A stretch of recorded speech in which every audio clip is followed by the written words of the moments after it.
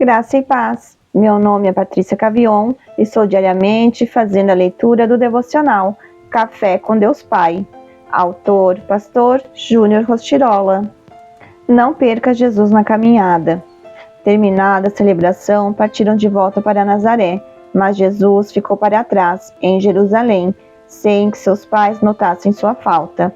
Lucas capítulo 2, versículo 43.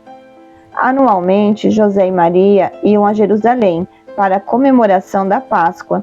Quando Jesus completou 12 anos de idade, subiram à festa, como de costume, mas, depois de caminharem o dia todo na viagem de volta, perceberam que seu filho não estava com eles, pois andavam em caravanas e pensaram que ele estivesse entre as pessoas e conhecidos.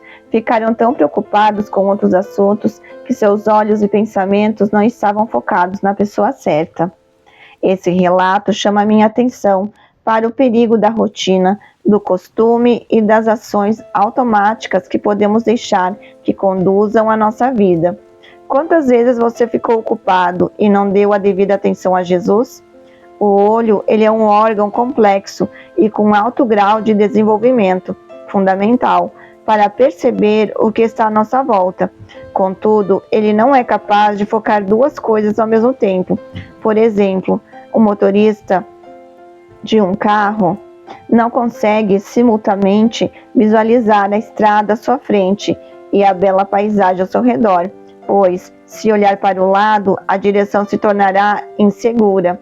Do mesmo modo, quando o nosso olhar não estiver voltado para Jesus, não seguiremos na direção certa. Perder Jesus no caminho é andar sem direção, é percorrer qualquer rumo diante da vida. Sem ele, levantar pela manhã não é uma bênção, mas um fardo. Quantos de nós levam a vida de modo automático ou perderam a paixão por Jesus? Hoje, eu o convido a parar por um instante e refletir. Onde está Jesus? Não perca o foco, mas permita que Cristo seja o centro da sua vida, pois assim você não andará mais perdido, mas será conduzido a uma vida completa, no centro da vontade de Deus. Sua vida só terá sentido quando Jesus for o seu tudo.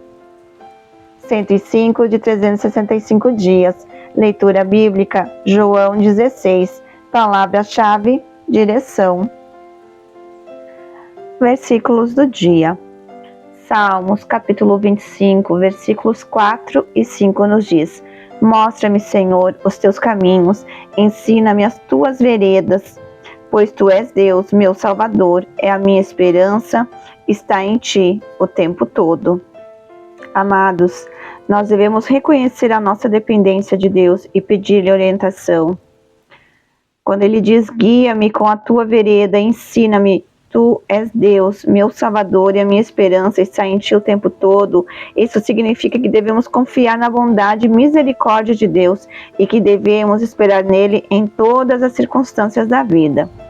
O Salmo 25, ele nos ensina que devemos humilhar-nos e buscar a verdadeira vereda, buscar orientação divina em todas as decisões, buscar orientação e direção em seus caminhos.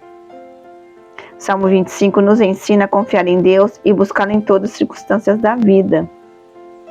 O autor do Salmo está clamando a Deus para que o conduza em seus caminhos, ensina-lhe suas veredas e o guie na verdade. Essas palavras refletem profunda confiança do salmista em Deus como guia e a fonte de salvação. Teve uma vez em que meu esposo trabalhava em uma empresa e essa empresa entrou em crise. E nós clamamos ao Senhor, confiamos nele, e Deus fez pelo melhor. Aquele ano, o meu esposo ele foi promovido. Muitas pessoas, infelizmente, foram dispensadas, demitidas da empresa. Mas nós ficamos firmes no Senhor. E o Senhor sempre se mostrou Deus. Ele nunca nos desamparou. Até na época da pandemia também, na minha empresa, ali nós não paramos um dia de trabalhar. Trabalhamos todos os dias, mesmo com pouco movimento. O meu chefe, ele pegou e diminuiu a nossa carga horária. Conversei com ele, com o pessoal lá do escritório, para podermos fazer algo, para que as pessoas não viessem ser demitidas. E havia um decreto do governo que as empresas que quisessem podiam trabalhar menos horas e uma parte a empresa pagava e a outra parte era pago pelo governo. Então eu conversei com o meu chefe, né? Passei a situação para ele, que eu sabia que havia muito pouca chamada na época, na empresa que eu trabalhava, e ele adotou essa ideia, né? Falou com o pessoal que ele tinha, né? Pensado nessa ideia e que seria melhor para todos, porque senão ele ia ter que dispensar algumas pessoas, muitas pessoas iam ficar desempregadas, e Deus foi fiel não somente comigo, mas também com os meus colegas, pois muitas vezes a gente também não pode só pensar na gente, a gente tem que pensar nas pessoas que estão ao nosso redor. E assim como a palavra diz, né, que nós devemos amar o nosso próximo como a si mesmo, nós não podemos só pensar em nós, no nosso eu, porque Deus, Ele dá livramento não somente nós, mas quando nós oramos por alguma pessoa, mesmo que aquela pessoa seja descrente, ela é curada, ela é salva e também, muitas vezes, ela é alcançada pela nossa oração. Viva na fidelidade do Senhor, pois Ele não se nega a si mesmo, Ele não é homem para que minta. Então, creia no Senhor Jesus, mesmo que a situação pode ser contrária, creia nele. Pois a palavra do Senhor também nos diz que muitas são as aflições do justo, mas tenha bom ânimo, eu venci o mundo. O Senhor venceu o mundo por nós. Ele morreu naquela cruz para que hoje eu e você tivéssemos vida e vida abundante. Talvez hoje você esteja passando por alguma luta, eu não sei qual é a sua luta, talvez seja uma enfermidade, talvez seja uma porta fechada de emprego, mas Deus está à frente. Clame ao Senhor Jesus, pois Ele é fiel. Sim, amados, Ele é fiel para cumprir as promessas que Ele tem para a sua vida. Amém. Finalizamos mais um devocional Café com Deus Pai.